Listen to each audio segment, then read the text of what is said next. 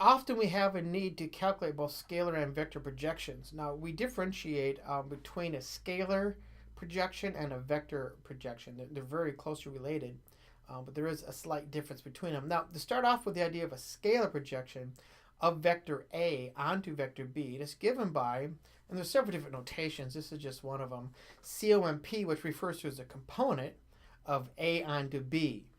This A is indicating that it's a component of A onto B. So if I draw a picture of this, this is going to be my vector A. Let's say this is vector B, and of course this is theta. Now, when I think about my component of A onto B, if I drop a perpendicular, this right here, this is the component, the scalar component. This is not a vector right here. This is the scalar component, how much of A is on to B. So the way I can do this, I can think of this immediately as this has to be the magnitude of vector A times cosine of theta. And it is. We write it as the component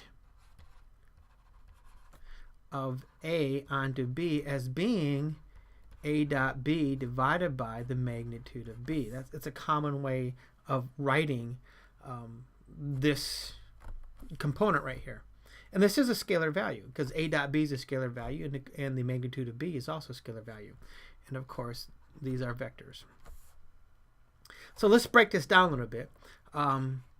A dot B divided by the magnitude of B is equal to, see, A dot B is the magnitude of A times the magnitude of B times cosine the angle between them. And then I'm going to divide by the magnitude of B.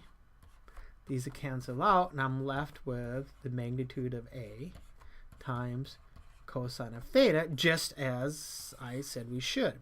And again, this is a scalar value. It's the magnitude. When we think about the scalar projection, we're thinking about the magnitude, how much of A is projected on to B.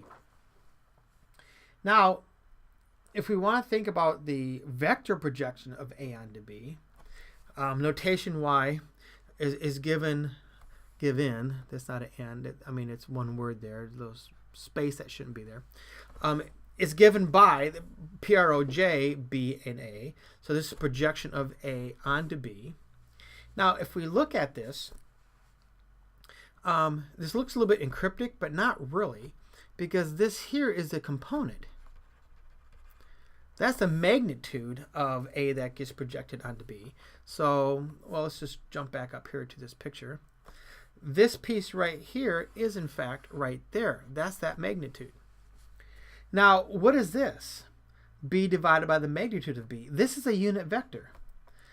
This is what we thought of as a unit vector U equals a vector B divided by the magnitude of vector B. This is a unit vector. It has length 1. So if I take the component of A that's projected onto B, this scalar quantity right here, and I multiply that by a unit vector, I end up with a vector again.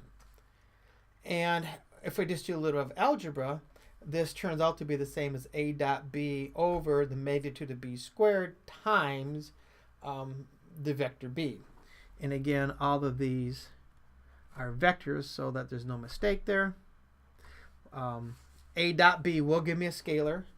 The magnitude of B squared will give me a scalar. So this is a scalar times the vector B. So the key there, I really want you to grasp, is that there's two different things going on here, and they're very, very, very closely related.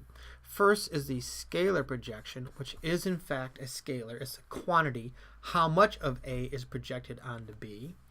And then we have the vector projection, and the vector projection is a vector. It's really nothing more than the scalar quantity multiplied by the unit vector in the same direction as B. That's really what the vector projection amounts to.